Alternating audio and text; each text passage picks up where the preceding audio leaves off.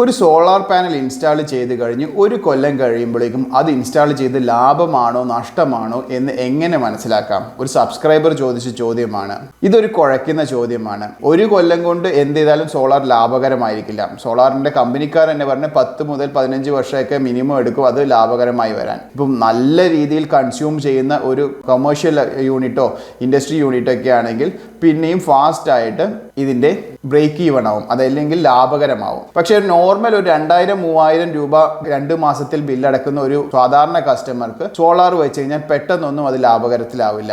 അല്ലെങ്കിൽ ഒരുപാട് ബില്ലടയ്ക്കുന്ന ഒരു കസ്റ്റമർ ആണെങ്കിൽ, കാരണം എ സിയും മറ്റുമൊക്കെ കണ്ടിന്യൂസ് ആയിട്ട് യൂസ് ചെയ്യുന്ന ഒരാൾക്ക് സോളാറിലേക്ക് പോകുന്നത് തികച്ചും ലാഭകരമായിരിക്കും. അതുപോലെ തന്നെ ഒരു കൊമേഴ്ഷ്യലോ ഇൻഡസ്ട്രിയലോ ആയിട്ടുള്ള യൂണിറ്റ് റൺ ചെയ്യുന്നവർക്ക് സ്വന്തം വീട്ടിൻ്റെ കൺസ്യൂമർ നമ്പറായി ക്ലബ്ബ് ചെയ്തുകൊണ്ട് സോളാർ ഇൻസ്റ്റാൾ ചെയ്യുന്നത് ലാഭകരമായിരിക്കും. പക്ഷേ ഇവിടെ ഒരു സബ്സ്ക്രൈബർ ചോദിച്ച ചോദ്യം ഇതല്ല. ഒരു കൊല്ലം കഴിയുമ്പോൾ നമുക്ക് സോളാർ ഇൻസ്റ്റാൾ ചെയ്താൽ ലാഭകരമാണോ എന്ന് ചോദിച്ചു കഴിഞ്ഞാൽ ഇച്ചിരി ബുദ്ധിമുട്ട് തന്നെയാണ്. ആദ്യം നിങ്ങൾ ചെയ്യേണ്ടത്, ഇതിന് മുന്നേത്തെ കൊല്ലം നിങ്ങൾ ഒരു കൊല്ലമായിട്ട് ബില്ല് അടച്ചത് എത്രയെന്ന് നോക്കുക. നിങ്ങൾ ഈ കൊല്ലം സോളാർ ഇൻസ്റ്റാൾ ചെയ്യാൻ വേണ്ടി എത്ര പൈസ മുടക്കി എന്ന് വയ്ക്കുക. ഈ കൊല്ലം എത്രയാണ് നിങ്ങൾ പ്രൊഡക്ഷൻ ചെയ്തത് എന്ന് നോക്കുക. പക്ഷെ സ്വാഭാവികമായിട്ട് ഇതിൻ്റെ അകത്തൊരു സൈക്കോളജിക്കൽ എഫക്റ്റ് ആണ്. നമ്മൾ പൈസ കൊടുക്കണ്ടല്ലോ എന്ന് വിചാരിക്കുമ്പോൾ നമ്മൾ യൂസ് ചെയ്യുന്ന കറണ്ടിൻ്റെ അളവും നോർമലി കൂടും. അതുകൊണ്ട് ഇത് കാൽക്കുലേറ്റ് ചെയ്യാൻ ഇച്ചിരി ബുദ്ധിമുട്ടാണ്. പക്ഷേ നിങ്ങൾക്ക് കാൽക്കുലേറ്റ് ചെയ്യേണ്ട ഇതാണ്, ഇതിന് മുന്നത്തെ വർഷം നിങ്ങൾ സോളാർ ഇൻസ്റ്റാൾ ചെയ്യുന്നതിന് ഒരു വർഷം മുന്നേ വരെ ഒരു വർഷം നിങ്ങൾ എത്ര ബില്ല് കൊടുത്തു എന്ന് വയ്ക്കുക.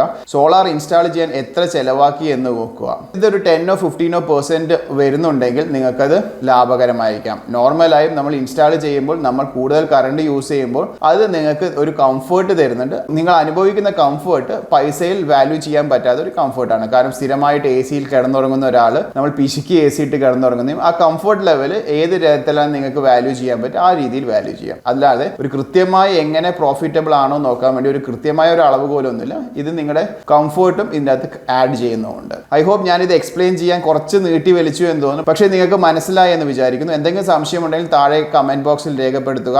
ഹായ്, ഞാൻ Amrit Shishir, electrical consultant. Welcome to our channel Shishiram engineering service. Electrical സംബന്ധമായ എന്തെങ്കിലും ഡൗട്ടോ കാര്യങ്ങളോ ഉണ്ടെങ്കിൽ കമന്റ് ബോക്സിൽ രേഖപ്പെടുത്താൻ മടിക്കേണ്ട. നിങ്ങളൊരു വീടോ ബിൽഡിങ്ങോ കൺസ്ട്രക്ട് ചെയ്യുന്നുണ്ടെങ്കിൽ അതിൽ ഇലക്ട്രിക്കൽ കൺസൾട്ടൻസിയോ ഡ്രോയിങ്സോ ആവശ്യമുണ്ടെങ്കിൽ താഴെയുള്ള നമ്പർ ബന്ധപ്പെടാൻ മടിക്കേണ്ട.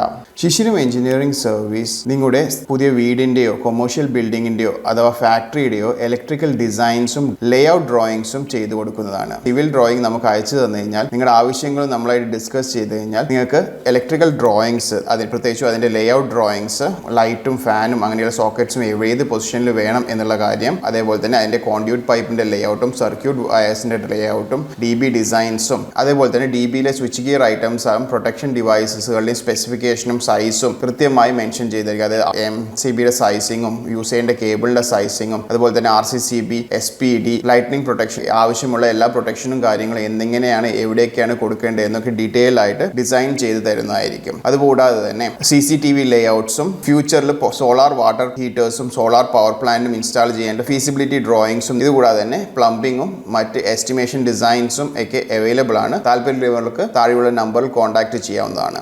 ഇലക്ട്രിസിറ്റിയും ഇലക്ട്രിക്കൽ എക്യുപ്മെന്റും ഇതിൽ മാറി വരുന്ന ടെക്നോളജിയെ പറ്റി കൂടുതൽ അറിയാൻ ഈ ചാനൽ സബ്സ്ക്രൈബ് ചെയ്യുക. ഇതുപോലുള്ള പുതിയ വീഡിയോ അപ്ലോഡ് ചെയ്യുമ്പോൾ നോട്ടിഫിക്കേഷൻ കിട്ടാനായി ബെൽ ബട്ടൺ ഓൾ എന്ന് പറഞ്ഞ് പ്രസ് ചെയ്യുക. പുതിയ വീഡിയോയുമായി വീണ്ടും കാണും വരെ ഗുഡ് ബൈ.